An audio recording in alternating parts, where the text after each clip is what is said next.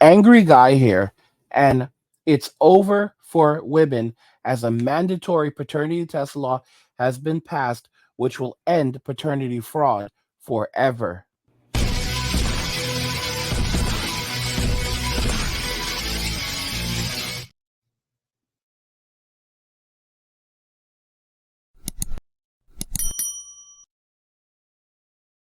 If you're enjoying this content, please help get this channel to 100,000 subscribers by subscribing to the channel if you already haven't, liking the video, and turning on notifications to never miss another video ever again. Now let's begin. It's over for women as a mandatory paternity test law has been passed, which will end paternity fraud forever. So let's go ahead and jump right into this article regarding this new law. So, did Tennessee pass a new paternity bill? What to know? A bill proposed during the 2022 legislative session aimed at protecting against paternity fraud is making the rounds on social media. And this article was actually published on September 12th, 2023. It's fairly recent. State Representative Antonio Parkinson, a Democrat, said he filed HB 2698 after talking with a constituent who was ordered to pay or to continue paying child support despite learning after 5 years that the child he believed to be his was not. The bill proposed that an unmarried man would be required to take a DNA test proving paternity before he could sign the voluntary acknowledgement of paternity and have his name on the birth certificate. Here is what we know about the bill and where it stands. Did HB 2698 pass into law? The answer is actually no. The bill was filed at the beginning of the 2022 legislative session and passed through one subcommittee before being deferred and placed on the Civil Justice Committee's calendar 3 times. Ultimately, the bill was deferred to summer study, where it ultimately passed away. The bill was filed in the 112th Tennessee General Assembly, which concluded its business in 2022. And this article was actually written by a woman, Kristen Fiska. So you can see the happiness in her face, knowing that this bill did not pass. However, did a parentage fraud bill pass into law? Yes. Parkinson filed a similar bill to HB 2698 during the 2023 legislative session. So he filed another bill after that bill. And under the current 113th Tennessee General Assembly, that's where it was filed. It was actually signed into law by Governor Bill Lee on April 24th. The law says that anyone who establishes a person as the biological parent of a child with intent to deprive the actual biological parent from their parental rights is guilty of a crime. So, while they did not require mandatory DNA testing, it is now actually a crime for a person to deliberately put the wrong name on a child's birth certificate. That is a major win for men.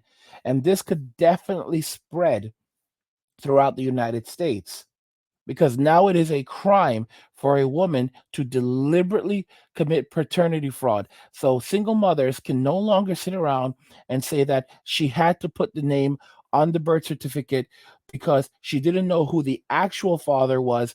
So she put the name of someone that she did have a relationship with or that she thought of, because if she didn't, she would not be able to apply for for uh, for public assistance. Guys, this is a huge win, a massive win. The law makes this specific form of fraud a Class B misdemeanor. Really, it should be a felony, but it's still a big deal because it means that these women will now potentially end up being jailed. And keep in mind, if they do it multiple times, the first time they do it, they may get a slap on the wrist. The second time they do it, they may get hauled off to jail. And undoubtedly, there will be some women who will still end up in jail for doing this.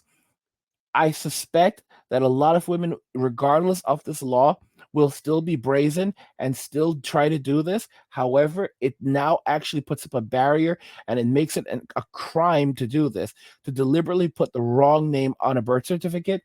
And the crazy thing is that this is something that should have been illegal in the first place, and yet it was not illegal before, which shows you just how few rights men actually have in Western society, and the reasons why men need to continue walking away from Western society and relationships in Western society and start new lives overseas.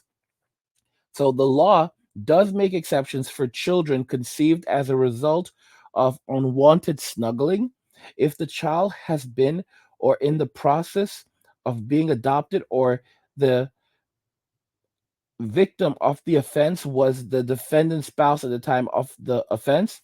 The 2023 law left out the DNA testing requirement for unwed fathers.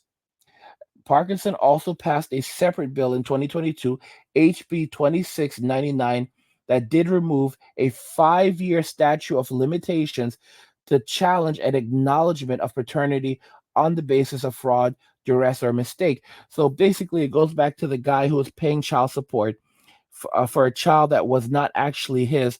So a woman committed paternity fraud. The child wasn't his. The child wasn't his. And now this is the situation. I mean, wake up and realize that nothing lasts forever. And this is a big step because essentially before they essentially legalized paternity fraud. Now that has been removed. And these women are going to face serious consequences for it. They can now be jailed for deliberately attempting to put the wrong name on the birth certificate. They can face serious repercussions in not just the court, but in society. And that 5-year limitation is now gone.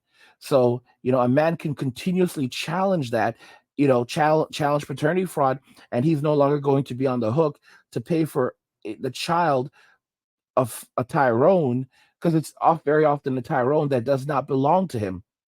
And again, that DNA testing requirement, it's not impossible for it to ever come back. I think the major issue there is the fact that someone is compelled to provide their DNA if they want to establish paternity.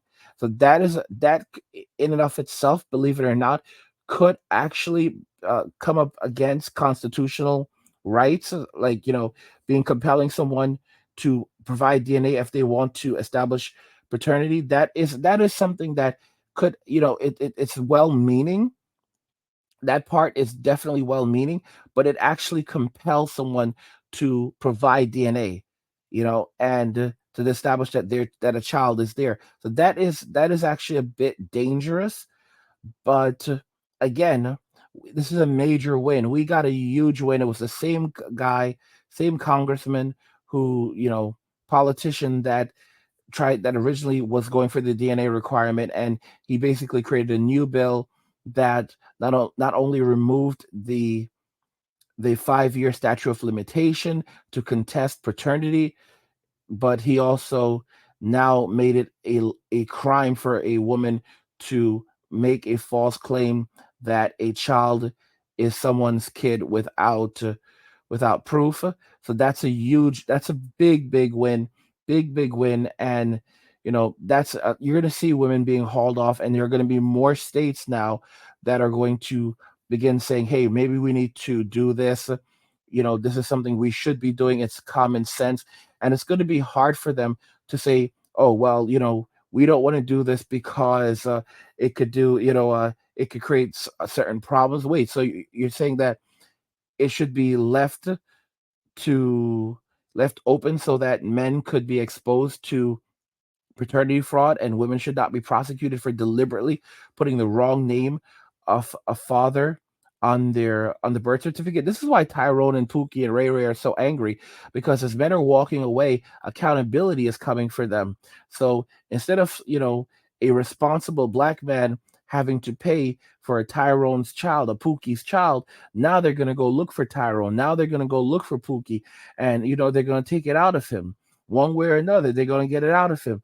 It doesn't matter if they have to put him in prison and have him in chains, and he's working, and they're and he's gonna have to work, and the little 50 cents that he's making an hour, they're gonna take every penny of it, and they're gonna send it, to cover the cost of that child. And when he gets out of prison, they're gonna take whatever money he makes, they're gonna empty his bank account, you know, because they go after the bank account. They'll go after your bank account. They put a lien on your bank account, and they go and they just take what they want.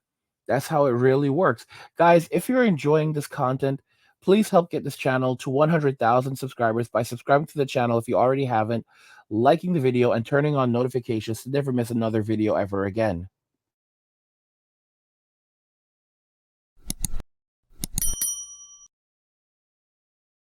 It's over for women as a mandatory paternity test law has been passed, which will end paternity fraud forever. So clearly, the law was not actually passed, but we ended up getting something that was a huge win. The 5-year statute of limitation to contest paternity is now gone in Tennessee, and it is also illegal for a woman to knowingly name someone on the birth certificate as the father who is not actually the father, and she can go to jail for it. It is officially a crime, and it's a misdemeanor. So we'll take it. What do you guys think regarding all of this? If you agree that this is a win, it's a step in the right direction, but ultimately, men don't need to stick around. Men should still grab their passport and leave Western society, because regardless if everything were to change overnight, it wouldn't change the fact that men are no longer going to tolerate being in relationships with these types of women who are for the streets, and they don't actually like us. They just like what we can do for them, and that's about it.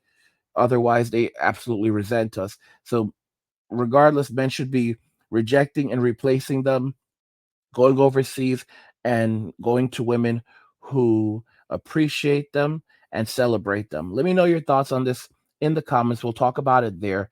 Like the video if you like it. Don't forget to subscribe. And if you like the video, share the video. And just remember that all roads lead to MWA, men walking away. And cheers.